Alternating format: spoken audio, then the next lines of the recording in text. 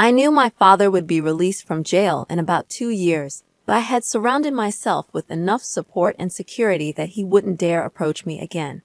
Finally, I had found peace, a tranquility I hoped to carry with me for the rest of my life. After that horrifying incident, life slowly began to regain its normalcy. About a year later, I found myself immersed in the everyday routines. 6 months after the incident, I met someone special through a dating app, and we grew deeply attached to each other. My business prospered, and everything seemed to fall into place.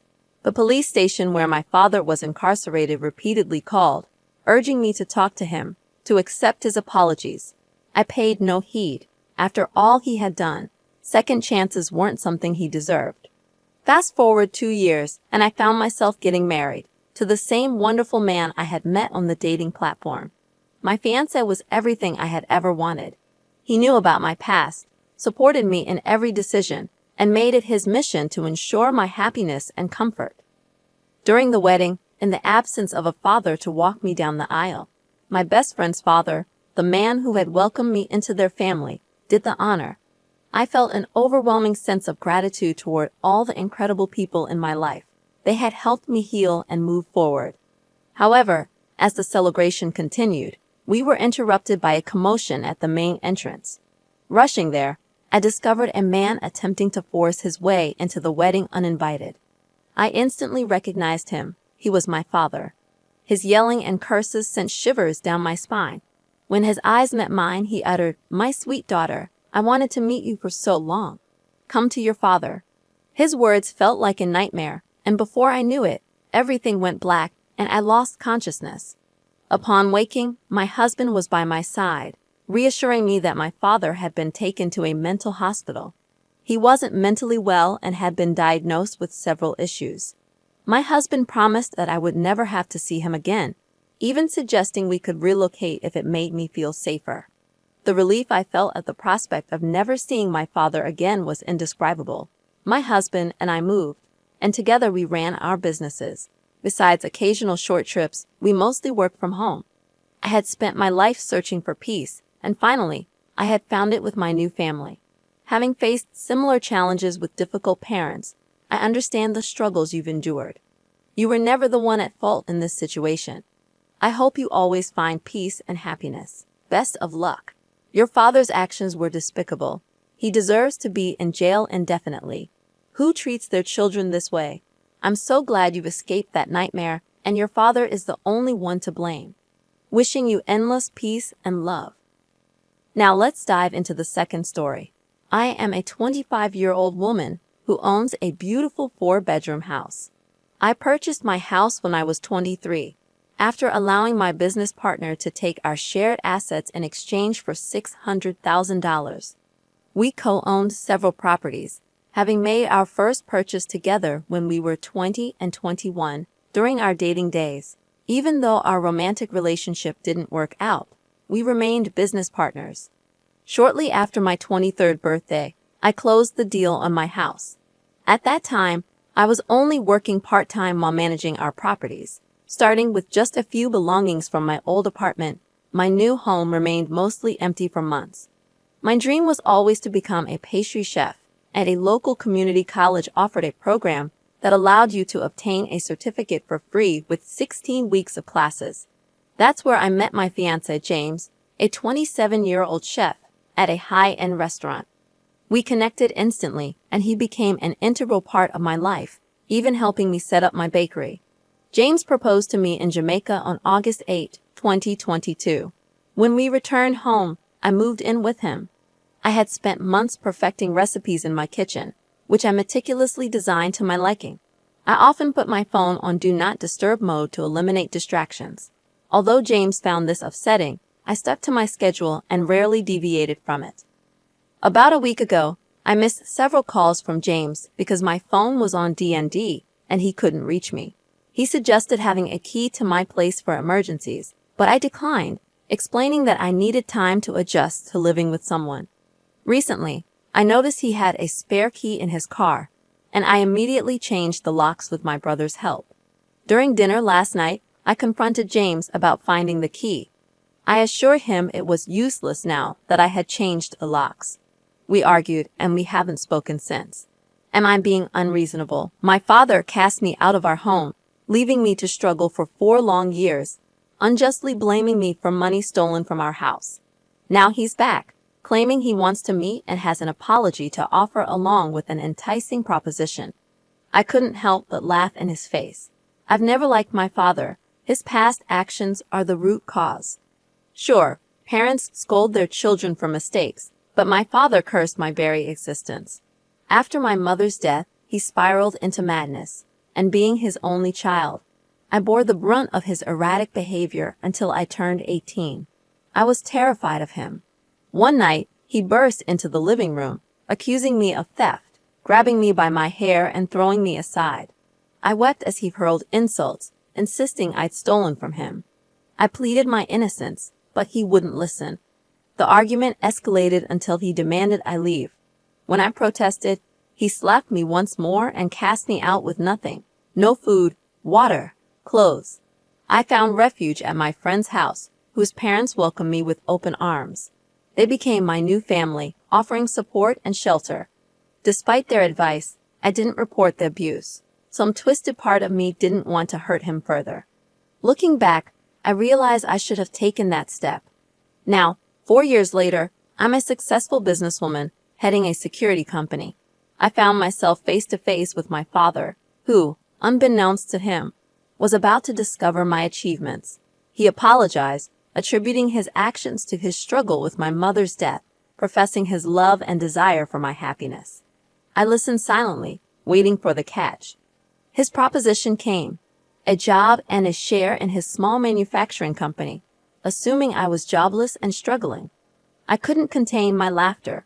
In between my fits of laughter, I shared my success story, revealing my thriving business empire.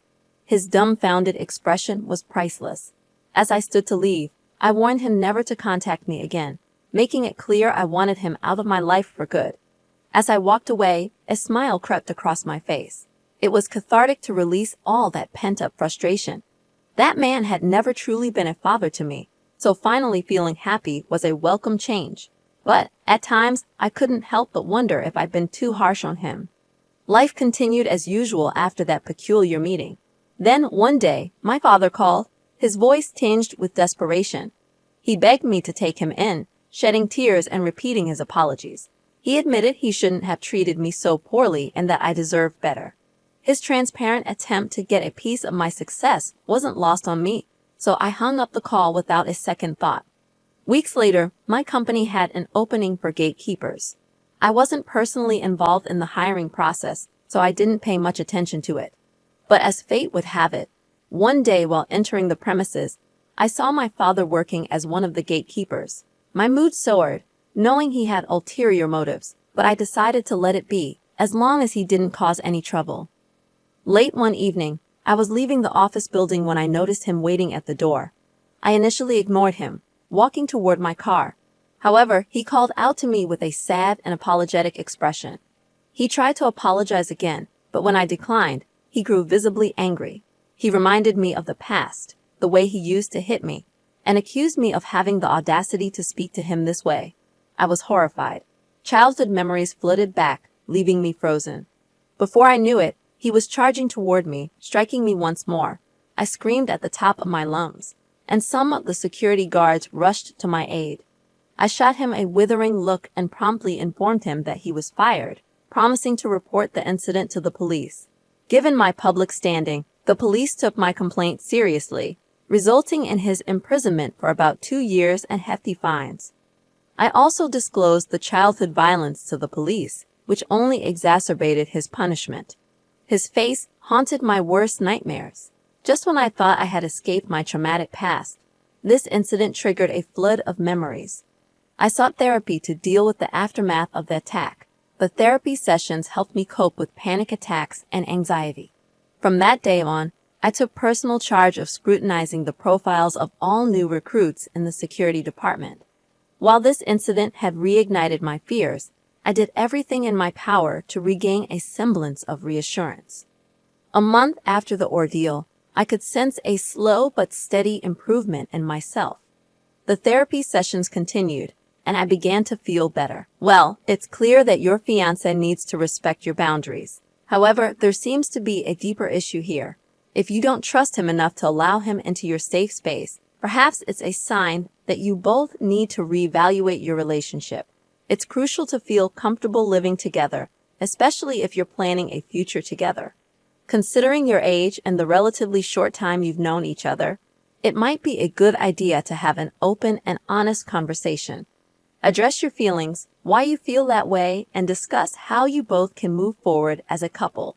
Be prepared for him to have his own opinions and emotions about the situation. It appears that the issue here goes beyond just a house key. Everyone sucks here, estate. He shouldn't have made the key without your permission, and you clearly communicated that he didn't have your approval. However, considering you're engaged and living together, it raises concerns about trust in your relationship. Why wouldn't you trust him with a key to your house, especially when he asked for it due to legitimate situations where his lack of access caused problems? Your relationship seems imbalanced, and if this continues, it might soon be one-sided. You might be the one at fault here. Living together and being engaged should signify a level of trust that seems to be lacking in this situation. Do you genuinely believe your engagement will survive after such a significant fight?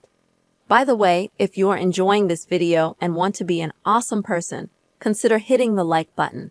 Alternatively, you could go to their house and leave them the last piece of cheesecake. Okay, let's move on to the next story. I'm a 20-year-old sharing a house with 4 roommates, and I had an issue with one of them, Jane, who is a 29-year-old immigrant that moved to our country about 4 years ago for better job opportunities. Jane joined us around 3 months ago to fill in for a previous roommate who left after her lease expired. Jane and I never had any major clashes until this particular problem arose.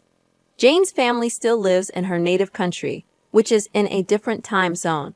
She frequently FaceTimes with them when it's late at night for us, usually around 2 or 3 a.m. While she doesn't do this every night, it occurs often enough to be bothersome, around 4 times a week. What's especially irksome is that she engages in these calls in the kitchen or living room, and her conversations with her family are excessively loud. I've spoken to Jane about this issue, suggesting that she be more considerate about the noise and perhaps use headphones.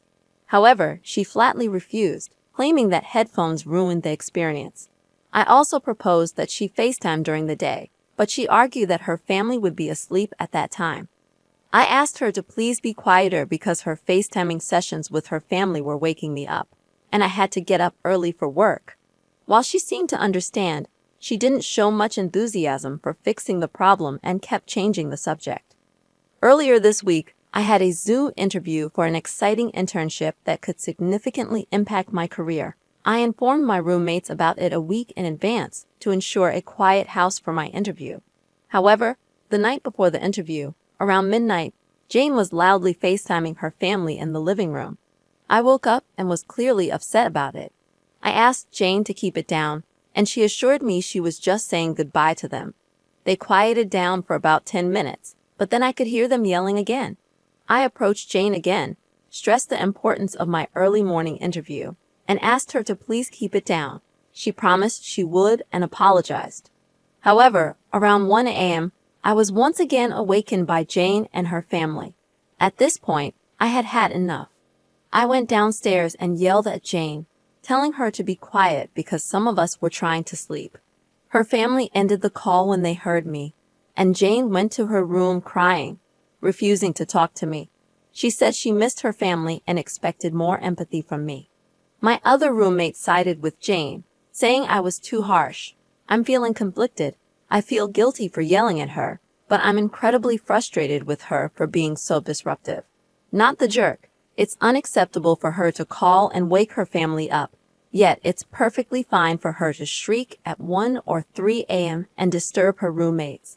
Can't she see the hypocrisy in her behavior? Her statement about headphones ruining the experience was baffling. How can wearing headphones ruin the experience? It's a completely reasonable request, and her refusal makes no sense at all. All right, that wraps up today's stories. Thank you for tuning in. Don't forget to hit that like button and subscribe to our channel. If you have your own story, feel free to email it to us. The email address is in the description. All right, until next time.